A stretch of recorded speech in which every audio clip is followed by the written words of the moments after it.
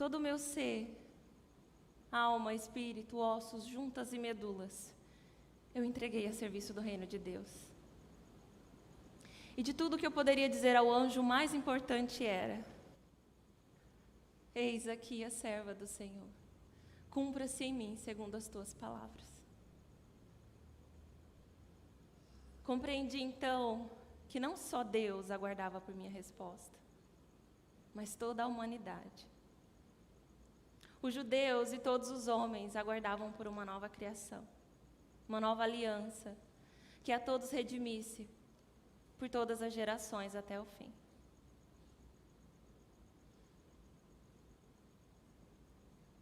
A partir daquele momento, as profecias ganhariam corpo. Um corpo miúdo, que choraria por fome e frio, que necessitaria do meu colo como um pássaro recém-nascido carece de um ninho. Ele tomou a forma de servo, fazendo-se semelhante aos homens. O Verbo, por meio do qual todas as coisas no princípio foram feitas, viria ao mundo agora, sem saber falar. Esperando que eu, a sua mãe, uma simples aldeã de Nazaré, ensinasse-lhe suas primeiras palavras.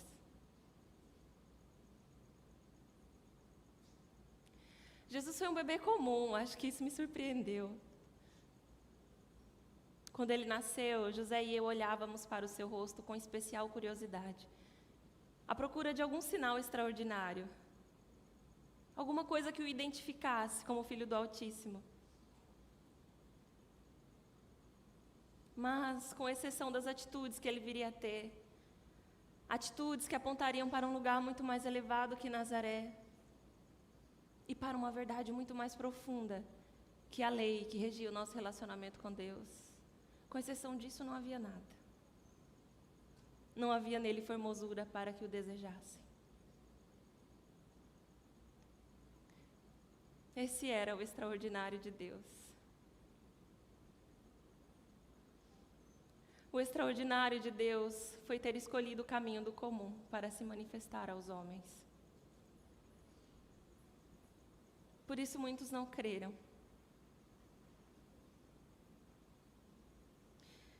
A manjedoura foi o berço para o Filho de Deus, talvez para ensinar que a riqueza e a pobreza são para ele a mesma coisa. Mas, como para os homens, a riqueza é sinal de poder. Ele dissipou os soberbos no pensamento dos seus corações e deu lugar aos humildes. Aos poucos, José e eu fomos compreendendo que não só a obra que o nosso filho tinha para realizar aos 30 anos era sagrada. Não. Era sagrada também a nossa vida em casa, a nossa vida cotidiana. Porque ela formaria também o homem-Deus que Jesus foi. Como Deus, ele era suficiente em si mesmo, não precisava de uma mãe. Mas como homem, ele foi destinado a ter uma. Sujeitou-se ao mais minucioso processo biológico da vida. Precisava do meu colo, dos meus cuidados, como um vaso de barro precisa do oleiro para ser formado.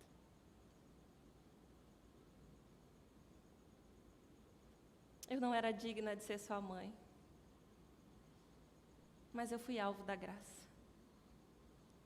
Eu também fui salva por meu filho.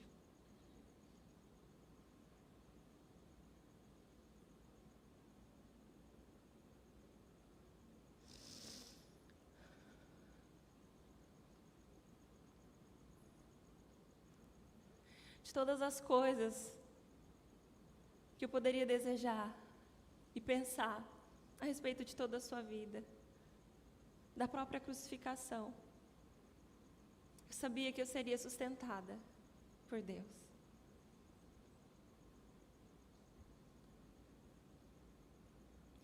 Todas as dores e as angústias desde o seu nascimento, seria sustentada por Deus.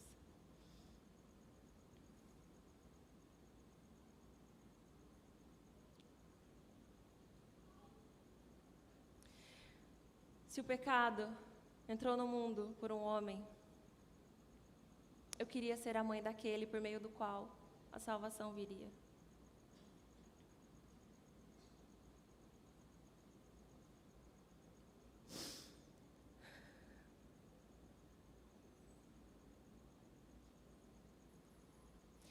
Fui sustentada pelo próprio Deus na hora da morte do meu filho.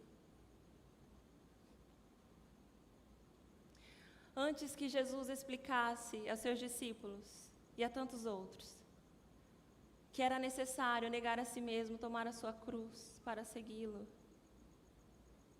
eu entendi isso. Antes que ele dissesse que ele era a videira verdadeira e nós outros os ramos, eu entendi que eu precisava estar arraigada nele, não como a mãe que tem o filho sempre junto de si, mas como a sua serva. Uma serva que entregou a sua liberdade a favor de seu Senhor e que precisou ter no coração a disposição de entregá-lo para a salvação dos homens, assim como Deus o fez.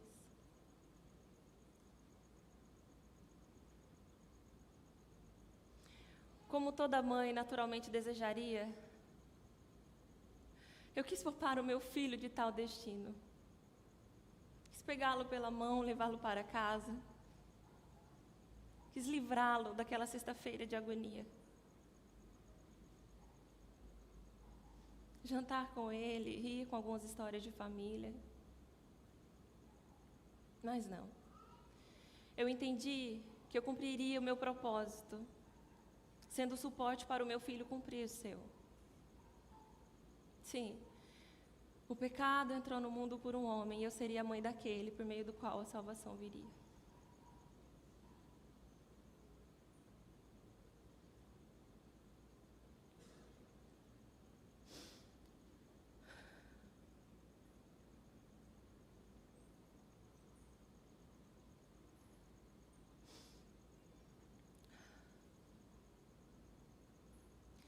A convicção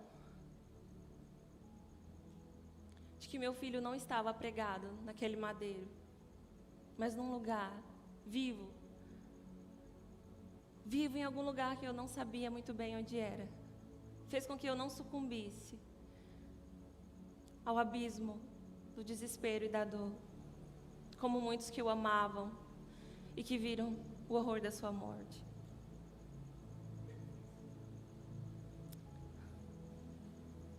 Eu entendi que a vontade de Deus deve prevalecer, até mesmo ao mais legítimo sentimento materno de proteção. Eu não quis ter outro destino. Eu nunca desejei não ser a mãe do Messias. Não quis nunca ter outro destino. Do contrário, eu estaria preferindo não tê-lo como filho. Isso não. Eu sofri tudo, porque antes eu me alegrei em ser sua mãe. Essa alegria, embora misturada com a dor, eu não quero perder jamais.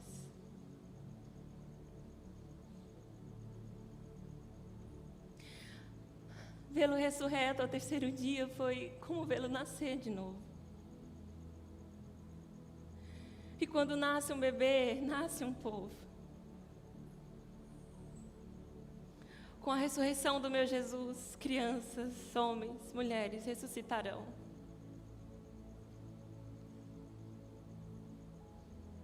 Logo, que prazer encontro eu no meu sofrimento.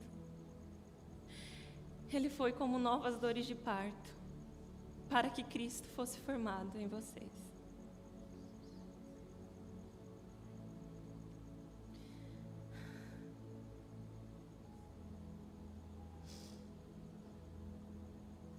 Ser mãe não é menos que tomar a via da autonegação todos os dias. A mensagem do Evangelho em muito se parece com uma mãe comum. que ama, prepara e entrega o seu filho para ser o que Deus espera que ele seja. Não fosse assim, Deus não veria sentido em entregar o seu filho para nascer de uma jovem pobre e inexperiente como eu. Não fosse assim, Ele não zelaria pelo ofício diário do cuidar, do amar, do educar, do abraçar, do alimentar, do limpar, do acalentar uma criança, a sua criança.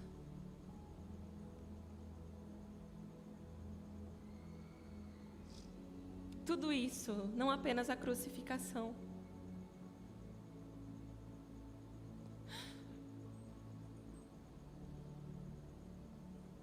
Tudo isso fez parte da obra redentora de Cristo.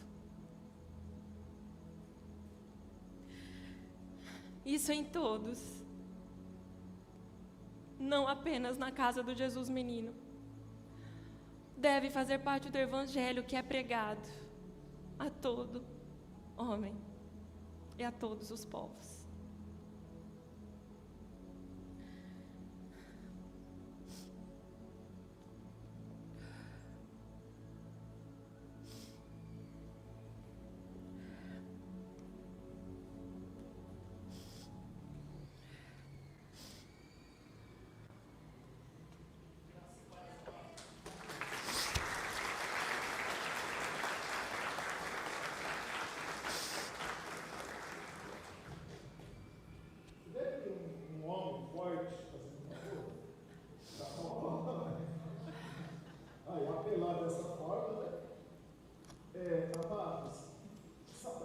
Aqui um aviso, tá? Que sábado nós vamos ter a vigília de oração. E o nosso objetivo de sábado estarmos aqui orando nós tiramos para orar pelas nossas famílias, né? Nós vivemos tempos desafiadores para a nossa família. Então, sábado nós vamos orar pela sua família, pelas nossas famílias, e esperamos que você esteja aqui conosco, né? Temos várias programações, mas que você também não esqueça de sábado estarmos aqui para orar. E, como eu disse pela manhã, eu quero aqui reiterar a minha gratidão a Deus, porque isso aí foi apenas alguma coisa que a nossa irmã tentou traduzir, o sentimento dela como mãe de Jesus, que entendeu o propósito para a qual aquele menino, aquela criança estava sendo gerado, sendo trazida ao mundo. E como fiz hoje pela manhã, eu quero aqui reiterar e agradecer a Deus, que também, se eu estou aqui como pastor, eu sou muito grato a Deus, às várias Marias que passou na minha vida, que ainda passam na minha vida, né, que ainda estão na minha vida. A primeira é minha mãe, né, aquela Maria tão preciosa na minha vida. E a segunda, como eu falei, o meu pedacinho de frango, né? A irmã Dazinha, minha segunda Maria, que Deus colocou na minha vida para me abençoar, né? E que Deus possa ricamente abençoar cada uma de vocês como mãe.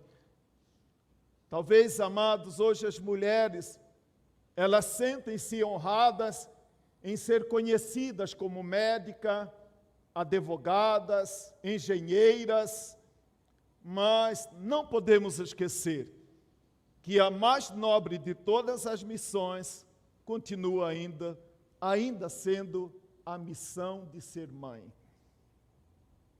A missão de ser mãe, né?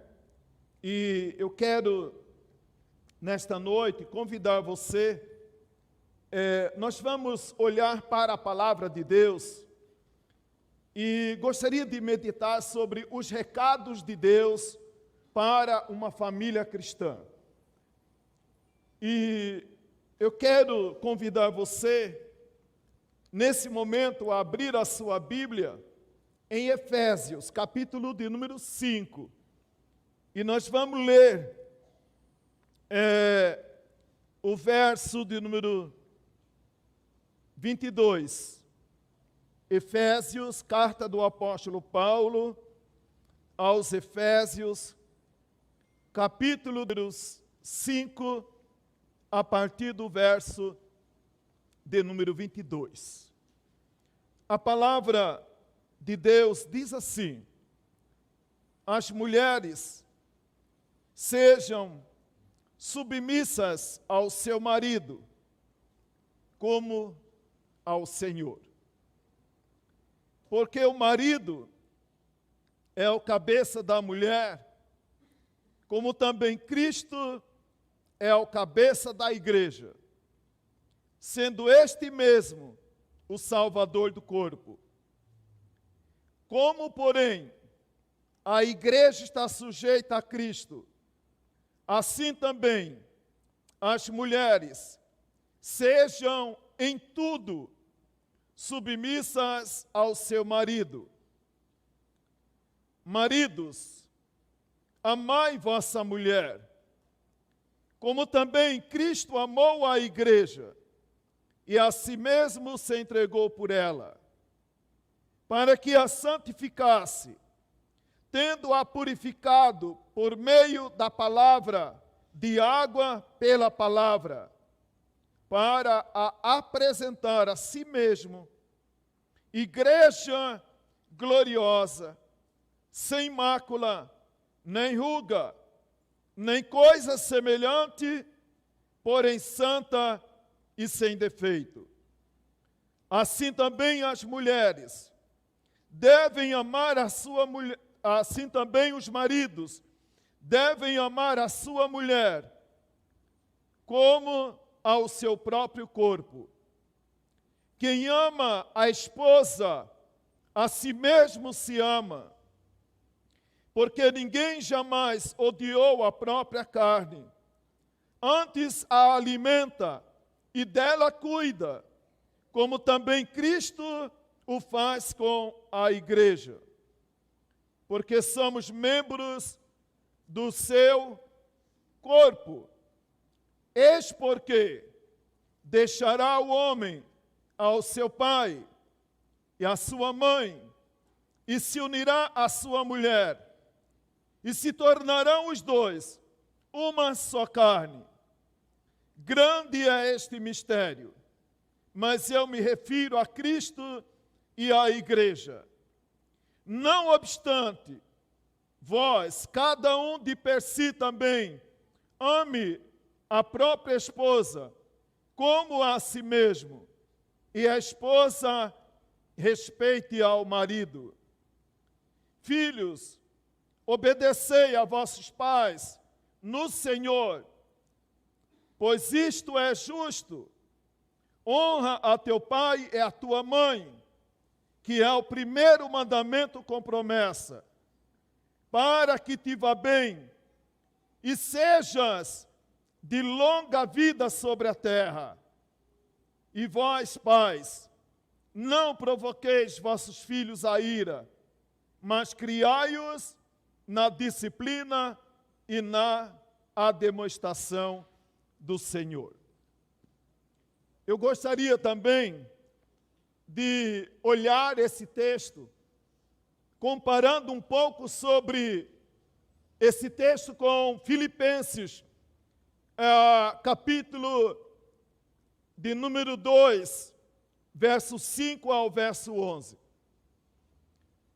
Eu disse, amado, que gostaria de meditar hoje à noite com os amados irmãos sobre recados de Deus para uma família cristã.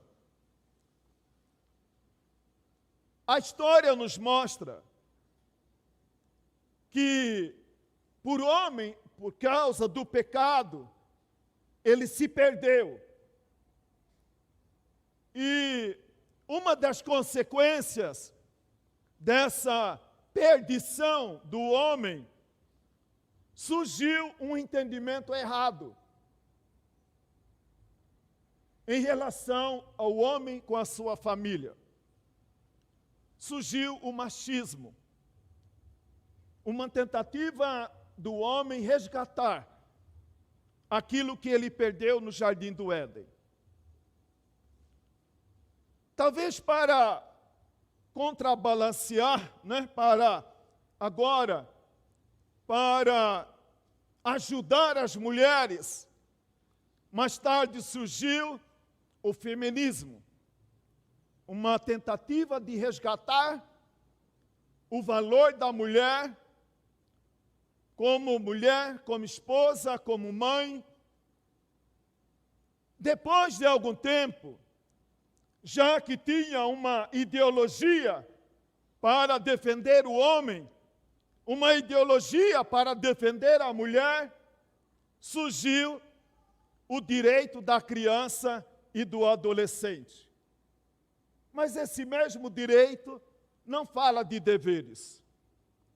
Tudo numa tentativa humana de resgatar valores que foram perdidos. Machismo não resolveu, feminismo não resolve, estatuto da criança e do adolescente também a gente tem visto, para pouca serventia tem tido. A Bíblia diz, quando olhamos para a palavra de Deus, no Salmo de número 127, se o Senhor não edificar a casa, em vão trabalham aqueles que a edificam. Quando um jovem e uma moça se propõem a juntos realizar esse projeto de constituir um lar, de ter uma família, todos fazem na mais pura a intenção de ter um lar maravilhoso, de ter uma família maravilhosa. Ninguém casa pensando em separar. Mas a palavra de Deus está dizendo, se o Senhor não edificar a casa, em vão trabalham aqueles que a edificam. Aqui está falando do esforço do homem e do esforço da mulher em edificar um lar, em edificar uma família, constituir uma família. Mas a palavra de Deus já nos orienta. Se o Senhor não edificar a casa, em vão trabalham aqueles que a edificam. Veja bem, amado, que no Salmo de número 127, nós temos um homem exemplar. O homem do Salmo 127, ele não é um homem qualquer. Ele é um homem especial. A Bíblia fala que ele, juntamente com a sua companheira, então se propõe a edificar uma casa. Talvez eles pararam, meditaram, calcularam o preço, a maneira como eles iriam edificar essa casa. Na mais pura intenção, sonhos, planos, projetos, tanta coisa talvez passava pela cabeça desse casal do Salmo de número 127. Aí a Bíblia diz também que esse homem do Salmo de número 127 é um homem que é preocupado com a segurança da sua família. E a Bíblia diz então que compara a figura desse homem com a figura de um sentinela que guardava a cidade. Mas a Bíblia também mostra, a Bíblia também diz quem verdadeiramente pode dar segurança àquela cidade. a Bíblia também diz que esse homem, ele é esforçado, ele é um homem trabalhador. A Bíblia diz que ele levanta de madrugada, trabalha o dia inteiro, ele dorme tarde. Ele é um homem exemplar. Ele é um homem que realmente nos serve de referência como homem. Mas a Bíblia fala para esse mesmo homem, se o Senhor não abençoar os seus projetos, seus sonhos, seu trabalho, seu dinheiro, será em vão tudo que você possa estar imaginando. Muitas vezes, amado, nós também temos tentado. Muitas pessoas têm tentado edificar uma casa, uma família, constituir um lar, mas da sua maneira, conforme seu entendimento. A mulher é bem intencionada, o homem é bem intencionado, o homem é trabalhador, o homem é provedor, o homem procura edificar a coisa de uma forma que a sua família seja beneficiada. Mas a palavra do Senhor nos orienta: se o Senhor não edificar a casa, em vão será o meu e o seu esforço. Em vão será o seu trabalho. O seu trabalho como homem, segundo o seu próprio entendimento, segundo o seu próprio esforço, será como no final, quando você olhar para trás e você se sentirá decepcionado. Você sentirá triste. Você se sentirá vazio. E por isso a palavra do Senhor nos orienta. Se o Senhor não edificar a casa, em vão trabalha aqueles que a querem edificar. Esse homem, como eu já disse, é um homem exemplar. É um homem modelo, é um homem idôneo. Certamente esse homem idôneo casa também com uma mulher bem intencionada. Mas o que aconteceu? Mas o que acontece na maioria das vezes? Acontece que muitas vezes nos nossos planos, nós não queremos, ou talvez não buscamos, a direção do Senhor. Por isso nós somos decepcionados tantas vezes. Por isso que muitas vezes a gente olha para trás e diz: inútil foi todo o meu trabalho. Inútil foi todo o meu esforço. Por isso Paulo escreve, orientando a igreja, orientando aqueles casais, aquelas famílias.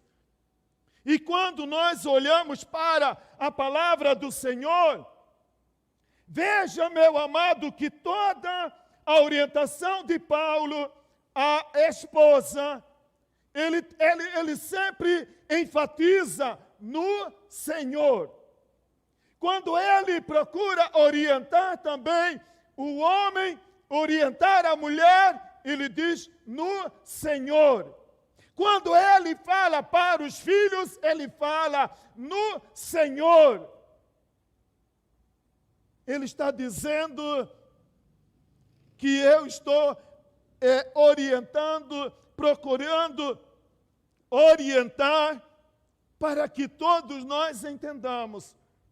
Se o Senhor não edificar a nossa casa, pode ser em vão todo o seu trabalho. Pode ser em vão todo o seu esforço, porque muitas vezes tentamos fazer a nossa maneira e não da maneira de Deus. E não da maneira de Deus. A Bíblia, a palavra do Senhor, nos mostra que esse homem, então, ele age, ele procede dessa maneira. Né? Ele tem uma vida de sacrifício, de boa intenção. Ele é bem intencionado para com a sua casa e para com a sua família. Mas o que acontece com esse homem bem intencionado? Com esse homem modelo, com esse homem exemplar? É o risco que pode acontecer ainda hoje. Se o nosso lar, se a nossa família não estiver alicerçada em Deus e na sua palavra. Não temos outra alternativa. Ou deixamos Deus entrar na nossa casa, no nosso lar, na nossa família, ou nós temos uma forte tendência de as coisas saírem erradas na nossa vida. Interessante que um homem chamado Charles Spurgeon, ele disse algum tempo atrás, quando o lar é governado pela palavra de Deus, podemos convidar anjos para se hospedarem conosco e eles se sentirão à vontade. Quando Paulo começa a orientar a igreja de Éfeso a respeito desse tão importante assunto, é necessário também a gente olhar para o capítulo sujeitando-vos uns aos outros no temor do Senhor. Quando a Bíblia fala para as mulheres, olha, mulheres, sejam submissas ao seu marido, a Bíblia mesmo já dá orientação dizendo que tem que ser no Senhor. Muitas vezes nós homens gostamos de lembrar as mulheres que elas precisam ser submissas porque eu sou o marido. Mas a Bíblia está dizendo que tudo deve ser no Senhor. Paulo escreve para uma casa, uma família, que deseja ser verdadeiramente uma família cristã, onde papai, mamãe e filhos se esforçam juntos para viver segundo a orientação do Senhor, segundo a orientação da palavra de Deus. Alguns lares estão mais ou menos, porque talvez tenha um pai que é crente, tem uma mãe que é crente, ou muitas vezes tem alguns filhos que são crentes. Mas a palavra de Deus está dizendo, para que nós sejamos bem-sucedidos, papai, mamãe, filhos e filhas, precisam estar aliançados com o Senhor. Precisam estar em aliança com o Senhor. Porque senão, todo o nosso trabalho, todo o nosso esforço pode ser em vão. Nós seremos frustrados no final das contas. E por isso, também a palavra do Senhor nos orienta, dizendo, quando a palavra do Senhor nos fala que Jesus estava para ser crucificado, Lucas capítulo 22, verso de número 24. A Bíblia diz então que surge uma pergunta, um incômodo no meio dos discípulos.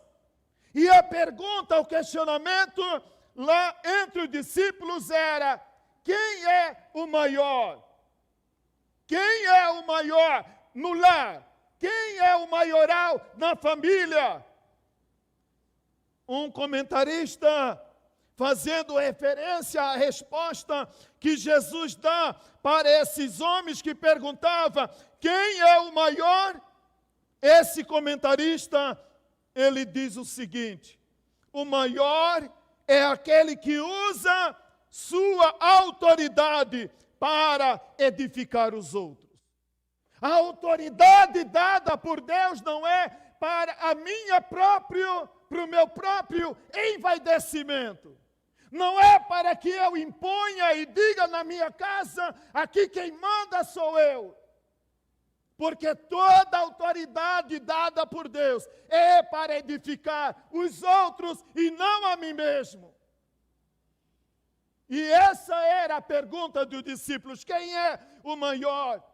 Muitas vezes, amado, vemos lares onde o homem e a mulher estão em disputa ali para dizer quem é o maior. Muitas vezes a mulher diz que ela é a maior, porque o salário dela é maior do que o salário do homem.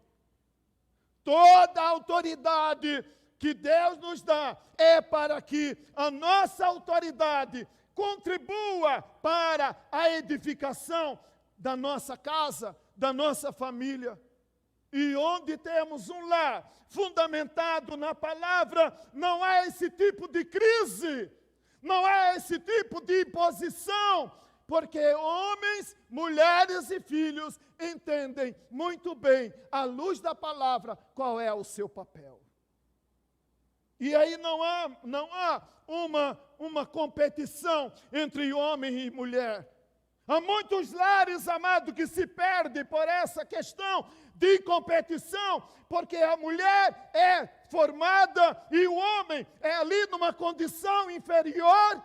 Ela usa da sua formação, não para edificar o seu marido muitas vezes, mas para ostentar uma posição que a coloca acima do seu marido.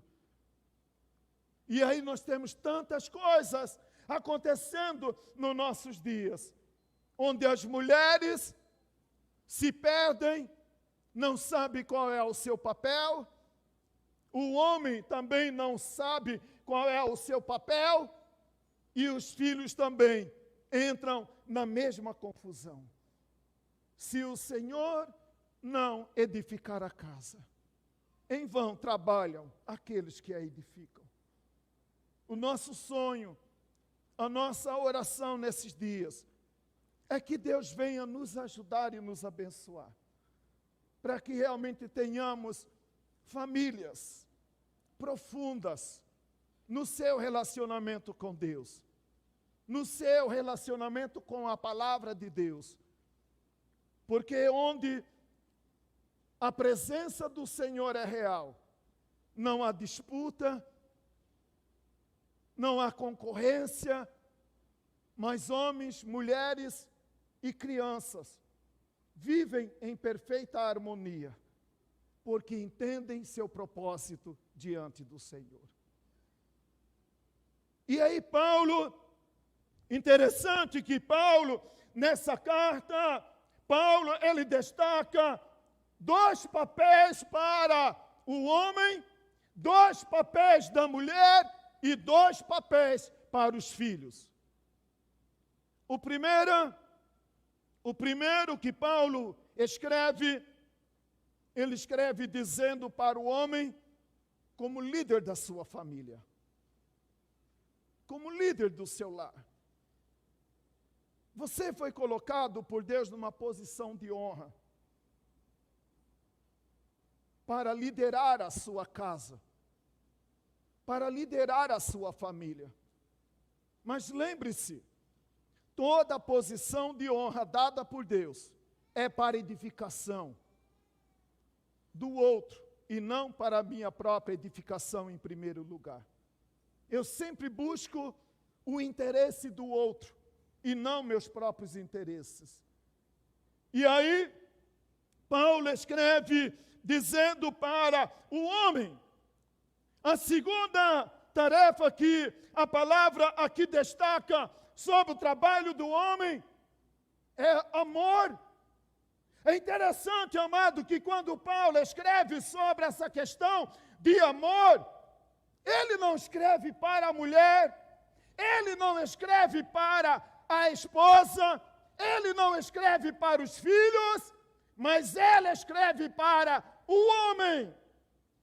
Então, diante de Deus, eu e você, temos que ser exemplo de liderança e exemplo de amor. Exemplo de amor. É interessante, nós vamos pensar um pouco de uma maneira assim mais detalhada sobre cada coisa. Mas aí também, a palavra de Deus, depois que fala o homem como líder, o homem que deve ser exemplo de amor na sua casa, na sua família, Paulo agora fala da mulher, que a mulher deve ser submissa ao seu marido e deve tratar o seu marido com respeito. Muitas vezes temos algumas mães que parece que trabalham de maneira proposital para colocar os filhos contra o pai. A Bíblia está dizendo para a mulher: seja submissa ao seu marido e trate o seu marido com respeito. Seja modelo de submissão e respeito na sua casa, na sua família. Depois de falar do homem, agora a palavra de Deus chama a atenção dos filhos, dizendo: filhos, obedeçam aos seus pais e trate-os com honra. Muitas vezes, amado, o único dia que a mãe é honrada é no dia das mães. Ela fica alegre, né? Ela fica alegre. Poxa vida, meu filho me honrou, né, Limandazinho? Mas não basta honrar a mãe só no dia das mães. Como você trata a sua mãe em outros dias? Como você trata a sua mãe? A Bíblia está dizendo: filhos, honrem e obedeçam aos seus pais. Ah, pastor, mas meu pai, mas a minha mãe não é exemplo de modelo. Lembre, você está fazendo isso no Senhor. Não estamos aqui questionando mérito ou não do seu pai ou da sua mãe. É uma ordem que Deus dá a você como filho. Obedeça e honre o seu pai e a sua mãe. E aí, amado, quando eu olho para a palavra de Deus, continuamos a olhar para a palavra de Deus, nós vamos perceber, amado, que Jesus Cristo é o exemplo de amor para o marido. E é interessante também a gente perceber nesse texto que a maior parte desse texto é dedicada para o homem. Para o homem, para o marido, para o pai. E é interessante, amados irmãos, quando nós olhamos para a palavra de Deus, como é que a palavra de Deus enfatiza isso? De uma forma tão assim veemente. Veja bem, verso de número 25, verso de número 28 e verso de número 33. É a mesma palavra, repetida várias vezes. Marido, ame a sua esposa. Paulo fala alguma coisa, ele volta no homem. E nós sabemos, amado, que uma das teorias, uma das práticas na área do ensino, para que alguém memorize o que você está dizendo, é a repetição. Por que a palavra de Deus? Ela repete várias vezes: marido, ame a sua esposa. Uma mulher que tem a segurança de que ela é amada, ela não terá dificuldade de cumprir o seu papel. Ame a sua esposa. Ame a sua esposa. Vós, marido, ame a sua esposa. Muitas vezes ficamos sem compreender por que a mulher necessita tanto que você repita dizendo, Davi falando para Fabíola, Fabíola, eu te amo. Aí de repente Fabíola vai te cobrar, Davi, faz dias que você não diz que você me ama. Aí você fica, mas Fabíola, Você ainda tem dúvida? Não, não fale, apenas fale, eu te amo. É coisa de mulher. Ela tem uma necessidade de ouvir a voz do seu marido. A principal confirmação e autoafirmação que a sua mulher quer ouvir é de você mesmo. Muitas vezes ela pode estar ouvindo de outros homens. Você é simpática, você é linda, você é isso, você é aquilo. Mas muitas vezes o homem, esse ser parece intransponível, muitas vezes na área da comunicação, não comunica seu sentimento, não comunica, né, uma palavra de apreciação para a sua esposa. E a palavra de Deus está dizendo: marido, ame a sua esposa. Ame a sua esposa. E a palavra do Senhor diz que o nosso modelo, que o nosso exemplo de amor não deve ser a esposa. Nós amamos a nossa esposa porque Cristo amou a sua igreja.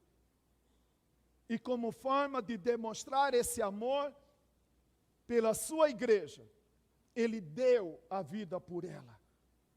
Ele morreu na cruz por ela, para provar a sua noiva, que ama a sua noiva.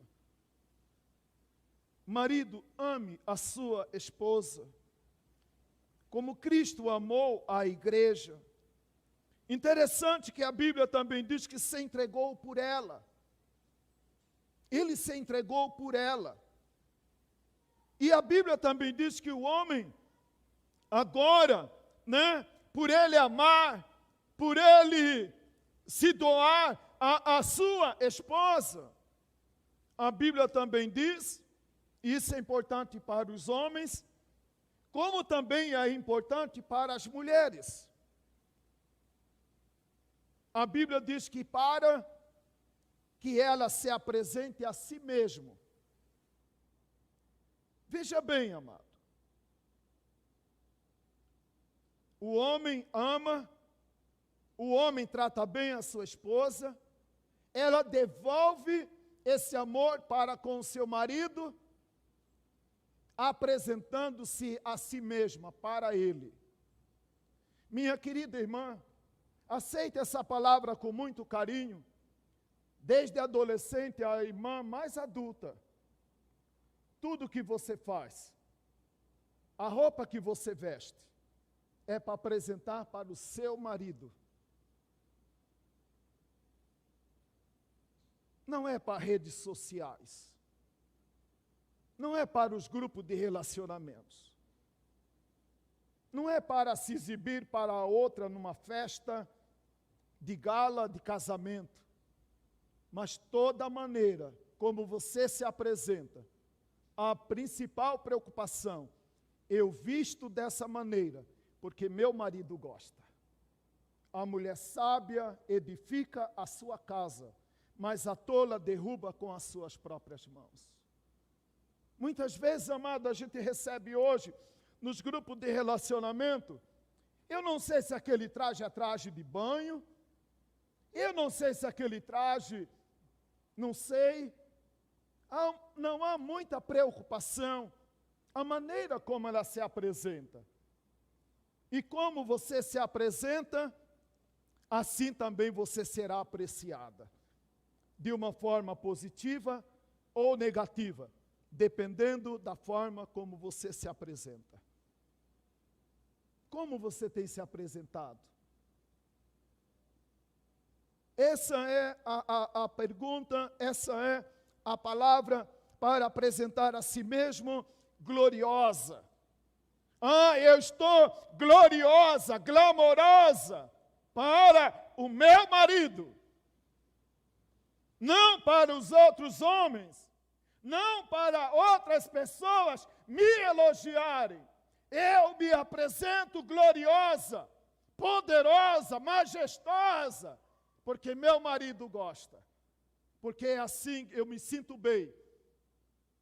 Essa é a orientação da palavra do Senhor. E aí, para o marido, a Bíblia diz que essa mulher se apresenta a ele, né, como apresenta a si mesmo gloriosa, sem mácula nem ruga. Mácula, mancha. Ela se apresenta ao seu marido sem mancha. Ela não é manchada. Ela se apresenta sem mancha para o seu marido. Aí a Bíblia também diz ruga. Agora vamos olhar isso da parte nossa, como homem. Muitas vezes, amado, o maior causador de sofrimento no coração de uma mulher, muitas vezes é o seu próprio marido. E ela envelhece de tanto sofrimento, por causa daquele que deveria amá-la, que deveria respeitá-la, que deveria honrá-la, que deveria tratá-la bem, cuidar dela bem. Mas não é assim. Não é assim. Mas a Bíblia está dizendo a respeito dessa preocupação, né? A Bíblia também diz que essa mulher, amar a ela como você ama seu próprio corpo. E quem ama e alimenta e cuida do seu próprio corpo, a Bíblia diz que ele alimenta e cuida. Eu estava brincando hoje pela manhã, que a Dazinha tirou o dia ontem para ela, né? De manhã ia não sei na onde, à tarde ia não sei na onde, né? E aí tivemos que comer marmita, né? Porque o dia dela era de manhã, né? E aí aquilo que o pastor Maurício falou domingo à noite, né? Que lá no banheiro dele tem 3 coisas: o barbeador, a escova de dente e um desodorante. O resto tudo é da mulher. A mulher tem um negócio com o cabelo, que é um mistério de Deus, você não vai entender. Apenas dá um dinheiro para ela de vez em quando cuidar do cabelo, porque é para você que ela quer se apresentar melhor. Ela viu, mas já ficou toda sorridente lá. Cuida bem dela. Muitas vezes queremos uma mulher bem cuidada, bem zelada, mas você tem investido nela? Ou você é daquele que atravessa o rio Guaporé com o sorrisal na mão, né? E do outro lado do rio o sorrisal está seco, porque é mão fechada de um tanto, né? Que não cuida da mulher. Ela quer cuidar para, né? Para você mesmo.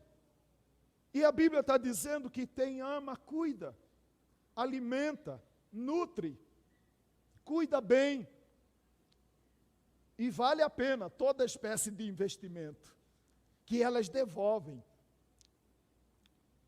É um investimento que não tem perda, amado. Elas devolvem, de uma forma ou de outra. Até nisso que você está pensando aí. Pastor, o que eu estou pensando? Deixa para lá. Não vou chamar você para dar testemunho. Mas ela devolve. Aí a Bíblia dirige para as mulheres, né? Jesus Cristo é o modelo de submissão para a esposa. Veja bem, amado, uma mulher que conhece seu papel, uma mulher que conhece o seu lugar. A Bíblia diz que, olhando para o exemplo de Cristo, que é o nosso modelo, a Bíblia diz que Jesus, ele subsistindo em forma de Deus, ele não julgou como usurpação o ser igual a Deus.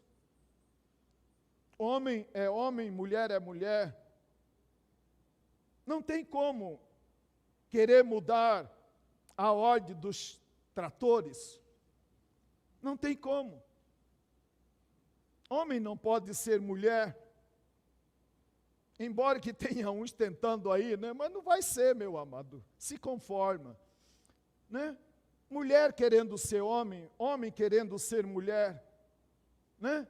Homem é homem, mulher é mulher, e leão é leão, não é leoa, né? Vamos parar por aqui, né? Senão essa rima pode dar onde não deve. A Bíblia está dizendo, assim como, assim também, assim como Jesus sujeitou ao Pai. Lembra o nosso modelo para o homem, para a mulher, para o filho, é Jesus. É Jesus. Jesus está dizendo que se eu quero ser abençoado, é assim. É dessa maneira. Não tem outro jeito. Porque tudo isso é projeto de Deus. Foi Deus que criou dessa maneira. Foi Deus que ordenou dessa maneira. E aí a Bíblia está dizendo que Jesus, então, ele submete ao Pai. Ele tinha vários aspectos, ele era o próprio Pai. Mas ele entendia muito bem o seu papel. Ele entendia muito bem o seu trabalho. E aí viviam em perfeita harmonia. Se queremos viver em perfeita harmonia na nossa casa e na nossa família, precisamos entender qual é o nosso papel. E dele cumprir com toda a diligência, com todo cuidado, com todo amor, com todo carinho. Não é fácil, eu sei, não é fácil. Mas veja bem, amado, e aí é um detalhe que eu quero também chamar a atenção nossa, enquanto homem. Lá no verso de número 21, a Bíblia está dizendo que há dentro dessa casa uma sujeição mútua. Eles mutuamente, mulher e marido, em comum acordo, eles submetem à autoridade de Cristo. O nosso modelo, a nossa referência de comportamento é Jesus. Muitas vezes, amado, o que perece muitos lares, faz muitos lares perecer, é que nós estamos dizendo, o dia que meu marido mudar, eu mudo. Mas o marido está falando a mesma coisa. O dia que você mudar, eu mudo. Aí marido não muda, mulher não muda e nada muda na sua casa. Nada muda no seu lar. Se o Senhor não edificar a casa, em vão trabalham aqueles que a edificam. Podemos ser bem intencionados, podemos pensar muito bem, calcular muito bem, planejar muito bem. Então, o nosso modelo, o modelo de sujeição para a mulher, não é se o marido merece ou não merece. Você faz isso, você se sujeita ao seu marido, porque a mulher vê no seu marido que ele também dá exemplo de ser um homem que já se submeteu a Deus. Ele é um homem que se sujeita à vontade de Deus. Ele é modelo para a sua casa. Ele é modelo para a sua esposa. Ele é modelo para os seus filhos. É interessante, amados irmãos, que quando Paulo, ele escreve lá nesse texto, e ele coloca lá uma observação. E vós, pais, não provoquem a ira no coração dos seus filhos. Muitas vezes, amado, o que pode deixar o seu filho, a sua filha, mais irada, mais contrariada, é você pedir a ela que faça alguma coisa que você não está fazendo. Você não está fazendo. Meu pai fala, vamos à igreja, mas ele não vai. Meu pai quer que eu leia a Bíblia, mas ele não lê. Meu pai fala que eu devo ser dizimista, mas ele não é. Então você vai despertar uma ira no coração do seu filho. Você, como mãe, exige certa atitude, comportamento da sua filha, do seu filho, mas você é exemplo para ela. Ela vê você fazendo a coisa como você gostaria que fosse feito. Eu pedi perdão, mas é a maneira nossa de usar a nossa própria família. Essa semana, a Maria, a mais nova, membro da nossa família, ela pegou a minha bolsa de remédio, né? E esse é um sinal que a gente está envelhecendo, né, Davi? Eu tenho minha bolsa de remédio, Dazinha tem a dela, né? Então a gente separa para de repente eu não tomar remédio dela e ela não tomar o meu, né? Então, então eu tenho a minha bolsa de remédio. E a Maria tem um encanto, não sei talvez é coisa do vovô também, né? Mas ela tem um encanto pela minha bolsa de remédio. E na bolsa de remédio ela achou, né, aquela coisinha do fio dental. E ela foi puxando aquilo lá e tentando limpar o dente.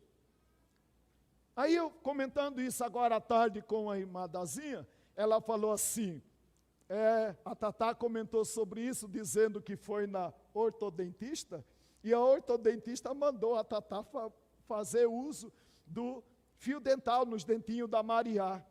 E ela estava lá puxando e puxou todos os fios. Né? Não restou mais nada. E ela estava lá tentando limpar o dente.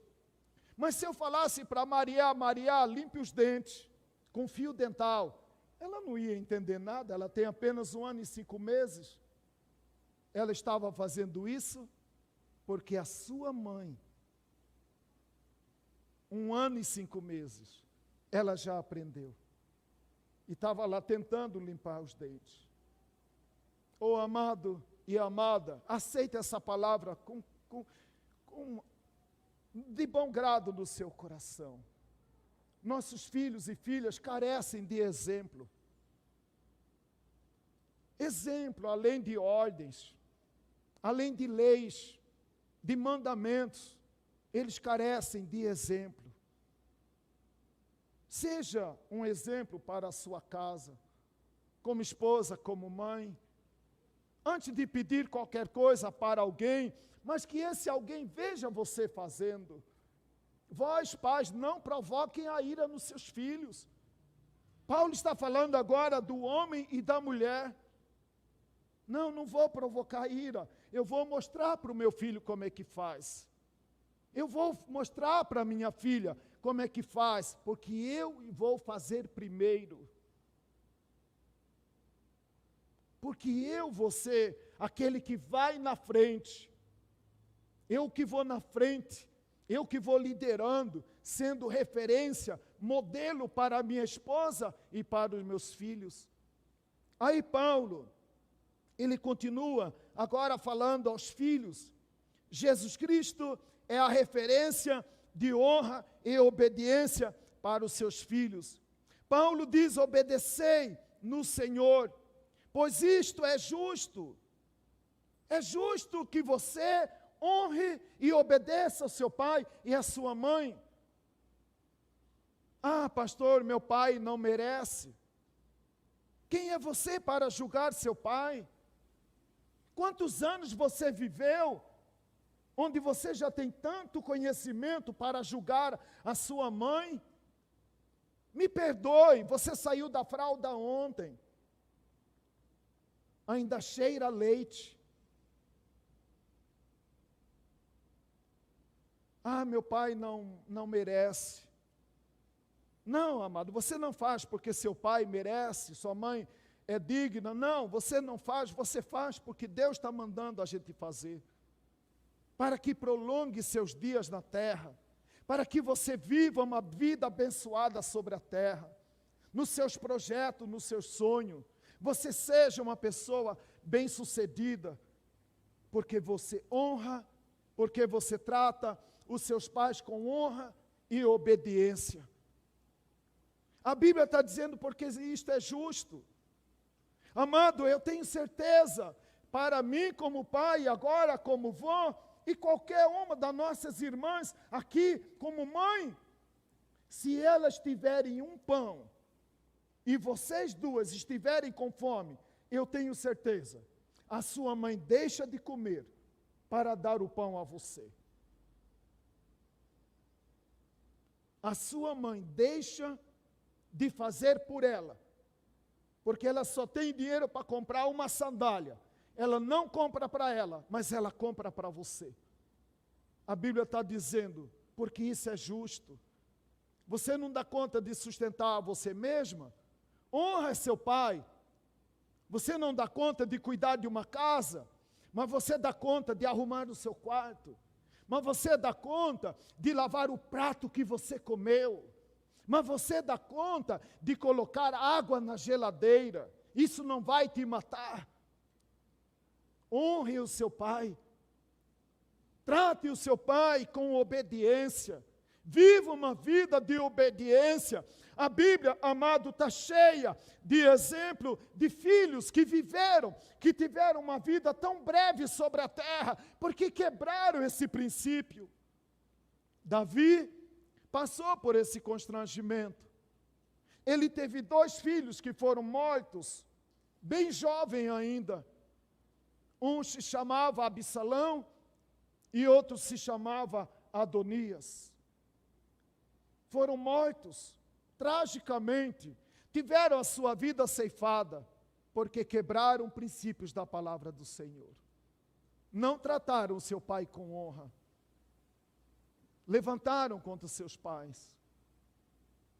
E aí a Bíblia também tem um alerta para mim como pai, para você como mãe, dizendo que a causa de Adonias comportar dessa maneira também não foi só dele, também foi de Davi.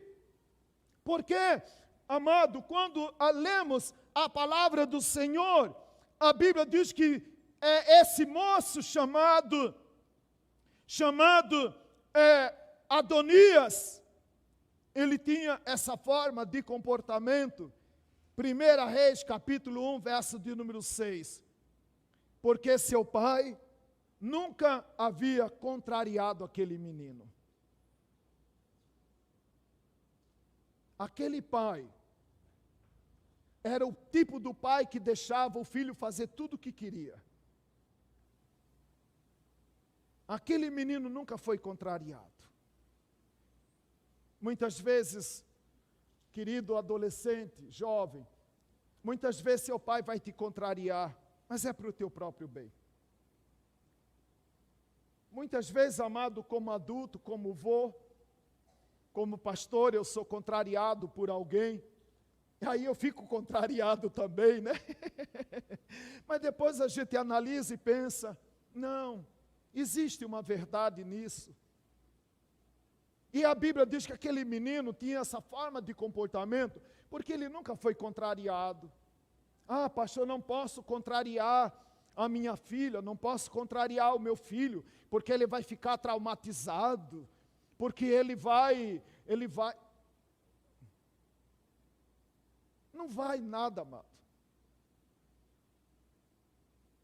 A Bíblia diz que esse homem, esse moço chamado Adonias, ele morre tão cedo, de uma forma trágica, porque ele levantou contra o seu pai. Ele deixou de honrar o seu pai. A Bíblia está dizendo para que te vá bem, para que você viva vida longa sobre a terra. Mas quantas pessoas têm ceifado a sua vida em plena juventude, em plena adolescência, já se perderam, porque muitas vezes também teve um pai que não teve a autoridade de contrariar esse filho, e aí esse filho se perdeu, porque a rédea era muito frouxa na casa.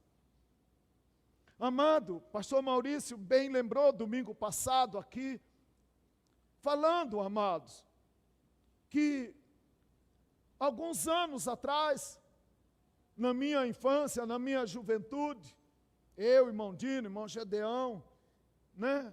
Esses jovens que estão aí mais ou menos na minha faixa etária, quando ele precisava, ou queria, ou tinha curiosidade de acessar algumas coisas na área da pornografia, ele tinha que comprar lá na banca do jornaleiro, se achasse alguém com coragem para vender para ele.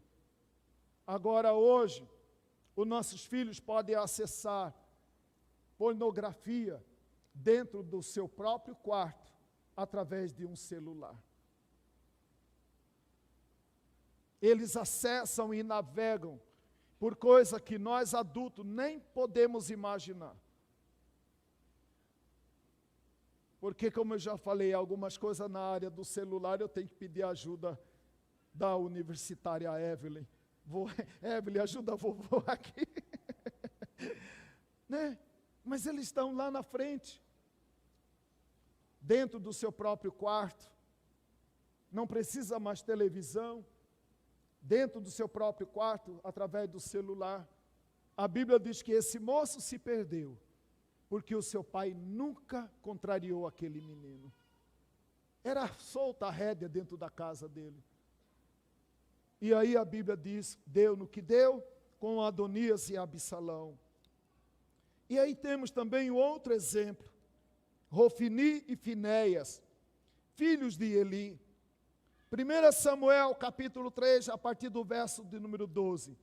A palavra de Deus diz, naquele dia suscitarei contra Eli tudo quanto tenho falado com respeito à sua casa. Começarei e o cumprirei, porque já lhe disse que julgarei a sua casa para sempre, pela iniquidade que ele bem conhecia, porque seus filhos, Rofini e Finéias, se fizeram execráveis, e ele não os repreendeu. A Bíblia está dizendo, eu punirei você como pai, seus filhos também serão punidos, porque eles se tornaram desprezíveis aos olhos do Senhor. E você sabia muito bem disso, mas você não o repreendeu.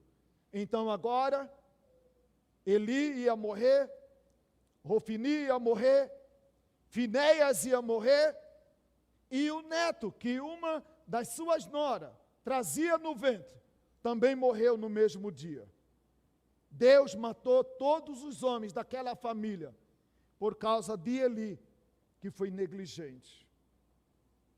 Muitas vezes nós podemos matar os nossos filhos, não fisicamente, mas você pode matar o seu filho e torná-lo desprezível aos olhos do Senhor, porque muitas vezes o pecado está debaixo do nosso nariz, mas a gente não quer enxergar, mas a gente não quer ver.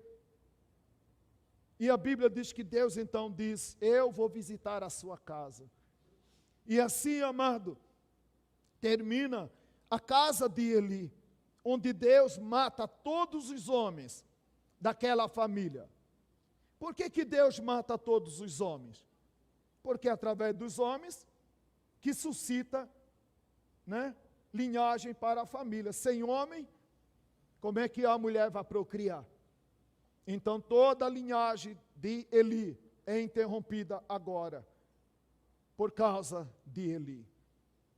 Então, amados, meu irmão em Cristo, minha irmã em Cristo, jovens e adolescentes, a paz no nosso lar, a harmonia no nosso lar, para que tenhamos uma família abençoada. Depende de mim como pai, depende da irmã Dazinha como mãe, mas também depende de você como filho. Depende de você como filho, como filha. Ah, pastor, eu gostaria de ter um lar abençoado. Amada, cumpra os propósitos de Deus na sua vida. Deus vai te honrar. Deus vai te honrar. A Bíblia diz que Jesus, que é o nosso modelo, ele foi obediente ao Pai, e a obediência dele levou ele até a morte e morte de cruz. Mas ele foi obediente até a morte.